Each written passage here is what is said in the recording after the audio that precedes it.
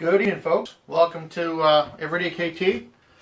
We are on number 87. And today, we're going to talk about the 4 different types of people that we as kilt wearers and everyone else in the general universe run into on a regular basis. I'm messing with some new angles and whatnot with the tripod and the lighting and whatnot, so we'll just see what happens. I can see there's already a nice big shadow right across me where the lights are behind that I've rigged up. Anyway, so 4 different types of people. So the first one is obviously those who have no idea what we're doing and don't want anything to do with those of us in kilts. Now, okay, fine. They don't like us, or they don't want to deal with us because they think we're weird, we're crazy, we're strange. They have some kind of BS, whatever the reason is, who cares? It's irrelevant. Okay, so I'm going to figure out what anyway, so figuring out distances and stuff with the new setup here. So people who don't like those of us in kilts, they think we're crazy, we're weird, they don't like people who stand out in a crowd, they want to be the wallflower, they don't want to, whatever. Okay, so that's the first batch of folks. That's probably all we're going to talk about them. Then we've got the 3 other types of folks that we as kilt wearers deal with, run into, bump into, whatever, on a regular basis. The first is those who are intrigued by those of us who wear the kilt. Now, I'm saying intrigued in us as the people who happen to have a kilt on. There's a reason for that. The kilt is simply a piece of clothes. That's it. It's a whole bunch of wool or whatever your kilt's made out of wrapped around you, and it's just different. So that's just the icebreaker. Ultimately, they are intrigued by you because you're wearing it. They want to know about you. Obviously, they're going to have the normal battery of questions. Do you play the bagpipes? Are you in a parade today? Is there an event? If so, where is it? Do you have any scotch with you? Are you wearing underwear? Do you have any scotch with you? Are you single? Are you available? Do you have anything under your kilt? Again, do you have any scotch? That one, I get that more often than not. Do you know my 5th removed cousin who lives in blah blah shire, someplace in Scotland? Because you have a kilt, obviously you must know that. The inquisitive ones, they have questions, lots and lots of questions. They are intrigued by you and your ability to wear the kilt, wherever, whatever, without having an event or anything else to go to, anywhere to go to. You're just wearing a kilt. So, that's the first one, intrigued. Actually, the second one, I'm sorry. The first one we're not talking about. Second one's they're intrigued. The second group of folks you're going to run into are those who are inspired by you who are wearing a kilt. As we talked yesterday, I challenged everyone to go one day. Put a smile on their face. And if you saw some of the videos that I did today over on Instagram, I shared them here. I went up Bass Pro, and I ran into at least 3 of the 4 different types. Definitely the ones who thought I was crazy because they kind of went, boop, boop, and we're going to go this way. Definitely ran into the intrigued because there's this woman who had been to Scotland. She said she's been once a year for the past 29 years. And she thought that this was the epitome of awesome. Not in those words exactly, but she was showering me with adoration for having the kilt on, and just question after question after question after question. Have you been here? Do you play the pipes? Most of that list that I already went through. She thought it was amazing. And then the kids got a little rambunctious, so we moved on. The inspired folks, tons of them. They usually, so the inquisitive people run the gambit, but those who are inspired are usually younger. And I think 2 or 3 groups of kids at Bass Pro said, hey, dude, that kilt is badass. just badass. Not even going into anything about it. They just thought it was awesome. Hey guys, hey Kevin, hey Mark. They thought that me wearing the kilt the way I am, just out in public, was epic, completely awesome, amazing. It was just the thing. So inspired, and inspired, those folks are awesome. Those are the people that I love to hang out with because they are empowered by you, he or she who wears the kilt, to go out and do awesome things on their own. They might get their own kilt. They might do something that they've been wanting to do for a good long time but have not yet. And by seeing you and seeing that you are able to step outside the societal norms and say, hey, screw all of that. This is who I am. I'm going to kick some ass. Boom, let's make it happen. They are inspired to do the same. You know, there's an old thing, you know, no such thing, you know, people who follow the rules rarely make it into the history books. Bingo. You know, I'd love to make it into some history book that wasn't oh, by the way, this guy, something really terrible happened and I'm just a footnote, one of the big list of whatever happened. You know, I'd love to be in there. Is it of that much importance to me? No. But I think it'd be cool. More cool than that would be if somebody that I inspired to step outside that pre-made box of this is what normal is and says, hey, I'm going to get out there and do something different. And they make the history books. Now that would be awesome. Because all it means, or not all it means, but because that means that I've had a positive impact on their life to the point where they actually went and did something amazing for themselves. And it was because myself, you, whomever, inspired them to take that leap of faith, to take that chance, to take that risk, to say, hey, you know what, I want to go kick some ass. And they actually did it. So, the inspired folks, those people are awesome. Hey, Mike, oh, awesome. That's really cool. You're getting a couple of compliments today. See, Michael, you did an awesome job making some people's day. Hey, Mike, Angela, welcome to the shenanigans. So, again, the first group we talked about, don't care about them. Don't want to talk to them because they don't want anything to do with us, so I'm not going to try to convince them otherwise. They'll either find out the hard way or they'll find out the hard way. The second group is those who are inquisitive, those who are intrigued by us. Very cool people, lots of talking. Third group, those who are inspired by you who are out there wearing the kilt just because. Very cool group of people to hang out because they want to hang out with you not because of what you offer them physically or tangibly. It's because you make them feel better about themselves, which is awesome. Those people are wicked, just wicked cool. Third group is, the fourth group. That one's it's a mixed bag. You know, it's a bag of cats in the dark with, and you're holding the catnip. It's those who are enamored with the kilt, or with the person wearing the kilt. Now, that also includes all of us who wear the kilts because obviously, you know, we love wearing kilts. So there we are. You know, that's all of us. It's everyone else. That's where things get a little, who knows. The enamored with the people in the kilt. That can go one of two ways. You know, they can be part of that inspired group and the intrigued group, and they just love it.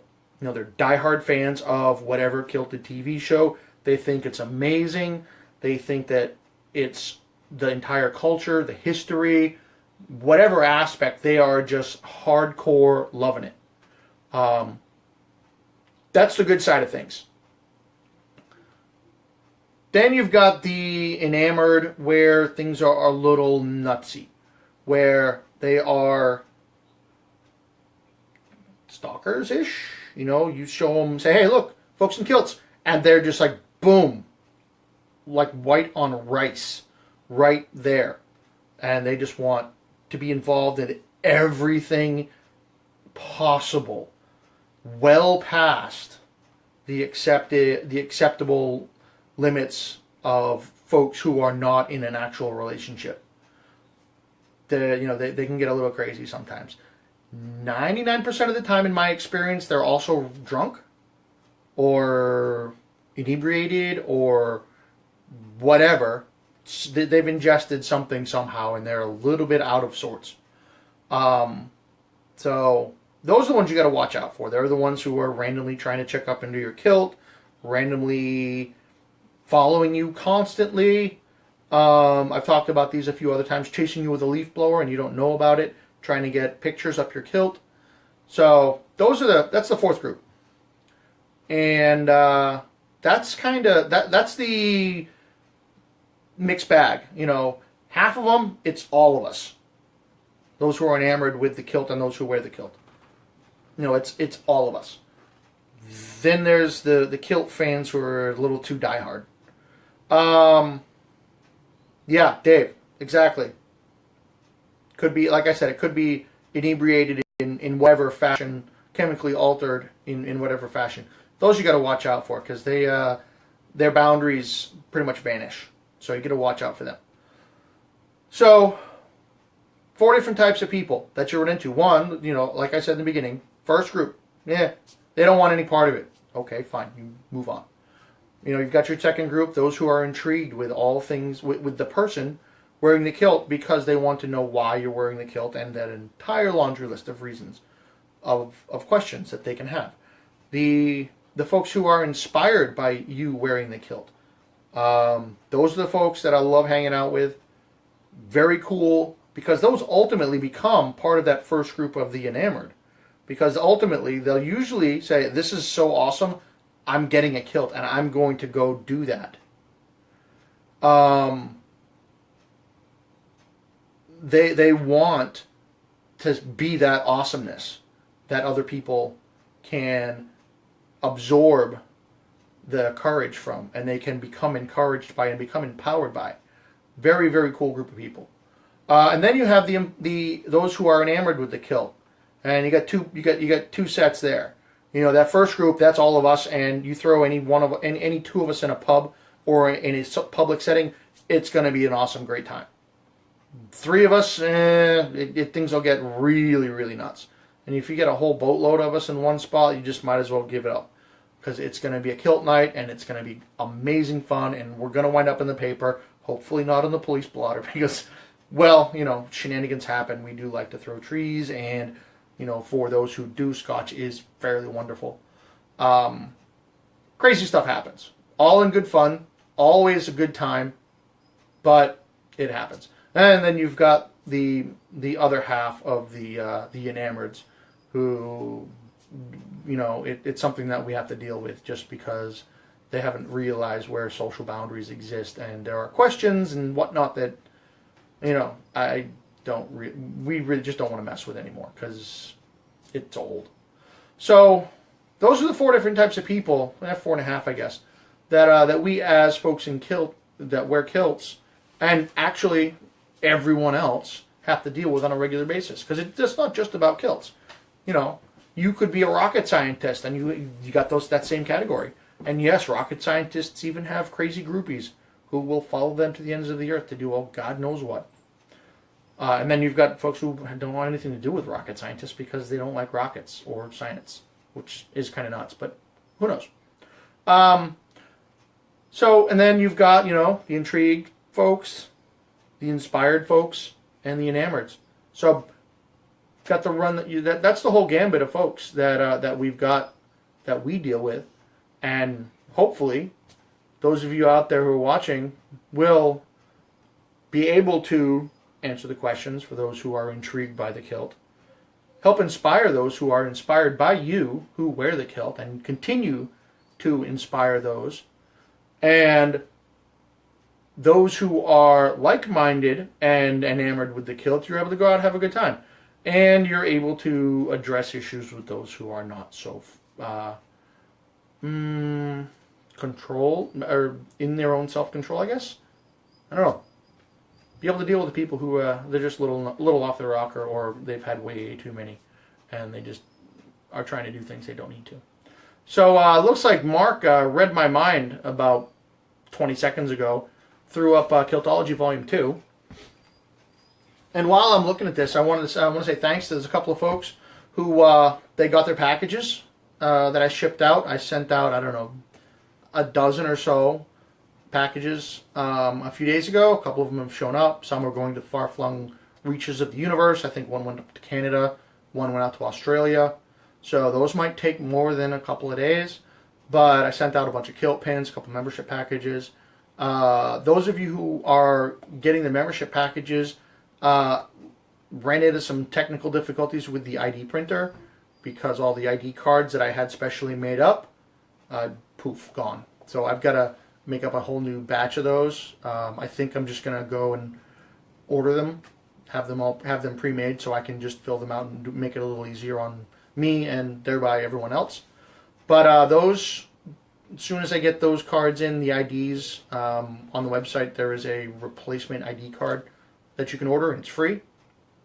So anybody who's a member, if you don't have your stuff, you can just go out there and hit that order or renewal card, and I'll be able to get that squared away. I'm probably going to order those new cards here in a couple of days, and when they get here, it probably takes about 5 days to get those to us. But South Georgia, Mark, not too bad. Should be there quick. 376. Oh, geez, what is that?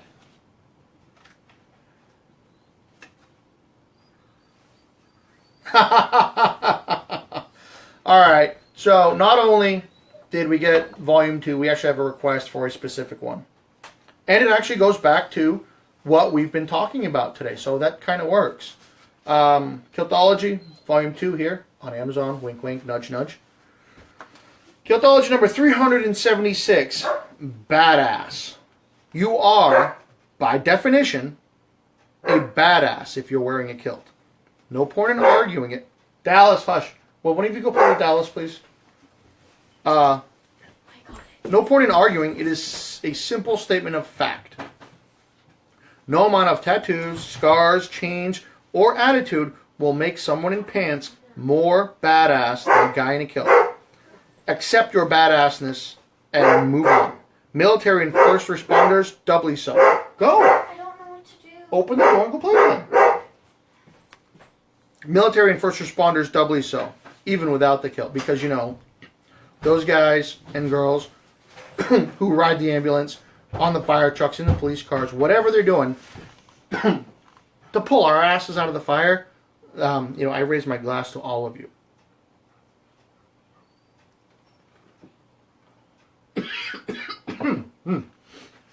So, Kiltology 376, badass. Now, even more badass is for you, all of you who are military and first responders, police, fire, what have you, even the coasties.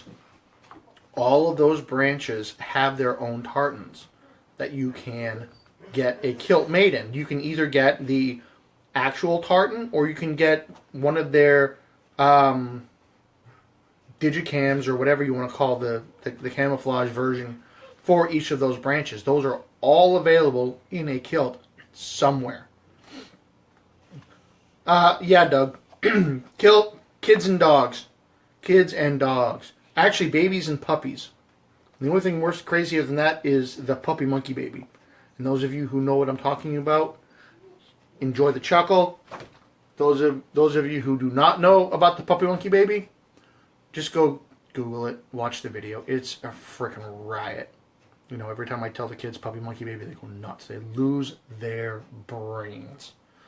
So, go out there. I'm really happy to see some of the folks who posted up from the challenge, you know, about the folks that they've inspired, and they've brightened up their day. See if we can do it again. You know, tomorrow night is 88, I believe. So Tuesday is Everyday KT number 90, which is a live Q&A. So I'd love to hear and talk about all the stories about all the very awesome things that everyone has done between now and Tuesday night. Share some stories and share the awesomeness. So until then, be strong, put a kilt on, and I will talk to you tomorrow.